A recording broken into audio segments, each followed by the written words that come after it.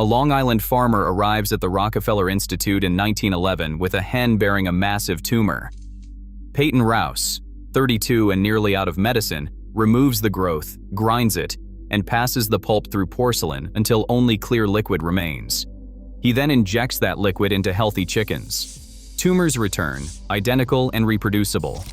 In that moment, Rouse quietly demonstrates that a filterable agent, almost certainly a virus, can cause cancer.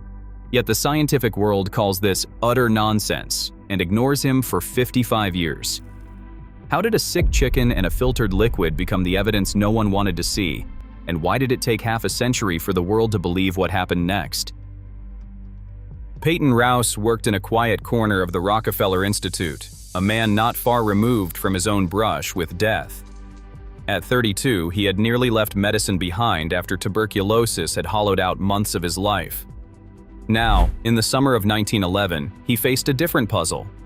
A Plymouth Rock hen delivered by a Long Island farmer whose flock was threatened by a grotesque, fast-growing tumor bulging from the bird's breast. Rouse examined the mass, hard, white, rooted deep in the muscle, and began a procedure that seemed almost absurd in its simplicity. He removed the tumor, minced it in a glass mortar with sterile saline, and pressed the slurry through a porcelain Birkefeld filter, its pores small enough to trap every cell, every bacterium, every visible scrap of life. The liquid that emerged was clear, colorless, and by every standard of the day, biologically inert. Rouse drew it into a syringe and injected it beneath the skin of healthy chickens, each one marked for observation. Within days, tumors appeared at the sites of injection, identical to the original, as if the disease had been conjured from thin air. He repeated the process, grinding new tumors, filtering again, injecting again. Each time the result was the same: new sarcomas, indistinguishable from the first. The logic was inescapable. No cell could pass through the filter, no bacterium could survive the process. Yet the filtered liquid carried the power to create cancer. In his notebook, Rouse wrote that some minute parasitic organism smaller than any bacterium must be at work, a filterable agent, invisible and unthinkable by the standards of 1911 medicine. The experiment stood, stark and unyielding, against a world that refused to believe what it implied. The protocols of 1911 medicine left no room for contagion in cancer. Pathology textbooks insisted tumors arose from within, a failure of the body's own cells, never an infection. When Rouse submitted his findings to the Journal of Experimental Medicine, the reaction was swift and cold. Pathologists, men who shaped the field's doctrine, dismissed the idea outright. In private correspondence and referee reports, the phrase "utter nonsense" surfaced as a blunt rejection. The possibility of a contaminating toxin or missed bacteria was raised, even though Rouse's filters were known to block every cell and bacterium. Critics argued the porcelain filters might not catch every rogue particle, that perhaps a fragment of tumor had slipped through, or that the masses in his birds were not true cancers at all, but some artifact of inflammation. In meetings and journals, the establishment closed ranks. The American Cancer Society's minutes from 1915 record the consensus. A virus causing a solid tumor was not just unproven, it was inconceivable. They insisted the experiment must be repeated with utmost rigor, though few showed any interest in doing so.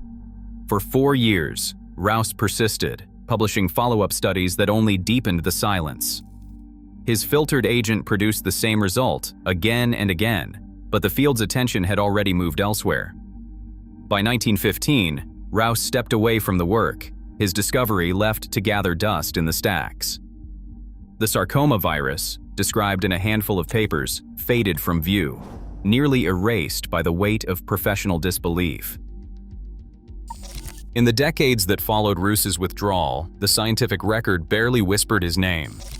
Between 1915 and 1945, his 1911 paper drew fewer than 24 citations, each a faint echo in a field that had already closed its doors. The idea that a virus could cause cancer drifted into the margins, treated as a curiosity or, at best, a footnote. Cancer research surged ahead on other fronts, but the tools to see what Rouse had glimpsed simply did not exist. Without a way to visualize viruses or to prove their presence inside tumors, even the most persistent skeptics could argue that his results were an artifact, a flaw in the filter, a contaminant, a mistake. By the 1950s, the landscape began to shift. Electron microscopes, once the province of physics labs, entered the world of biology. For the first time, scientists could see particles smaller than any bacterium, structures that matched the size and shape expected of a virus. In 1955, researchers captured images of virus-like particles in chicken sarcomas, the same type Rouse had worked with decades before. Around the same time, new tumor viruses surfaced in mice, cats, and other animals. Each discovery sent a ripple through the literature, and the citations to Rous's long-ignored work began to climb. The silence that had buried his experiments for 40 years broke, not with a shout, but with the quiet certainty of direct visual proof. The barrier was never the logic of the experiment. It was the absence of a lens strong enough to see what had always been there. In October 1966, the Nobel Assembly in Stockholm made a decision that rewrote the official record of cancer research.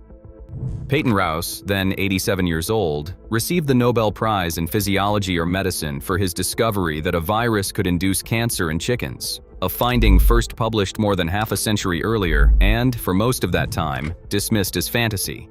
The official citation, shared with Charles Huggins, credited Rous for revealing the growth factor of viruses and its relation to cancer. The Nobel archives do not shy from the delay. Committee minutes describe how Rous's work was initially dismissed, and how the 55-year interval illustrates how scientific prejudice can obscure pioneering results. The language is clinical, almost apologetic. But the implications are clear. The world's highest scientific honor was being used to correct a collective mistake. Rous had spent his career at the Rockefeller Institute, watching his early insight drift into obscurity, then gradually re-emerge as new technology made the invisible visible. Now, in the final years of his life, he stood as a vindicated elder, his name restored to the center of a field that had once cast him aside. He died in 1970, 4 years after the prize, having lived long enough to see the idea he refused to let go become the foundation for a new era in cancer biology. The Nobel was not simply a personal victory. It was a public admission that the consensus had been wrong, and that one quiet experiment with a sick chicken had changed the future of medicine. In the decades after Peyton Rous's vindication, the filtered agent from a sick chicken transformed from a curiosity into the centerpiece of a new kind of cancer research. By the 1970s, scientists were no longer content to simply prove that viruses could cause tumors. They wanted to know how. At the University of California, San Francisco, J. Michael Bishop and Harold Varmus turned to Rous sarcoma virus, not as a relic, but as a molecular tool. Their experiments with mutant strains of RSV revealed that a single gene called SRC was responsible for turning healthy cells cancerous. The revelation was as stark as Rous's original result. The virus carried a genetic switch, and when that switch was flipped, uncontrolled growth followed. But the shock ran deeper. Bishop and Varmus showed that normal cells already harbored their own version of SRC, dormant, waiting, capable of being hijacked by a virus or mutated into malignancy. This discovery reframed cancer as a genetic disease, not just a matter of abnormal tissue seen under a microscope. In 1989, Bishop and Varmus received the Nobel Prize in Physiology or Medicine for uncovering the cellular origin of retroviral oncogenes, a citation that traced its lineage directly back to Rous's filtered extract and the silent logic of his 1911 experiment.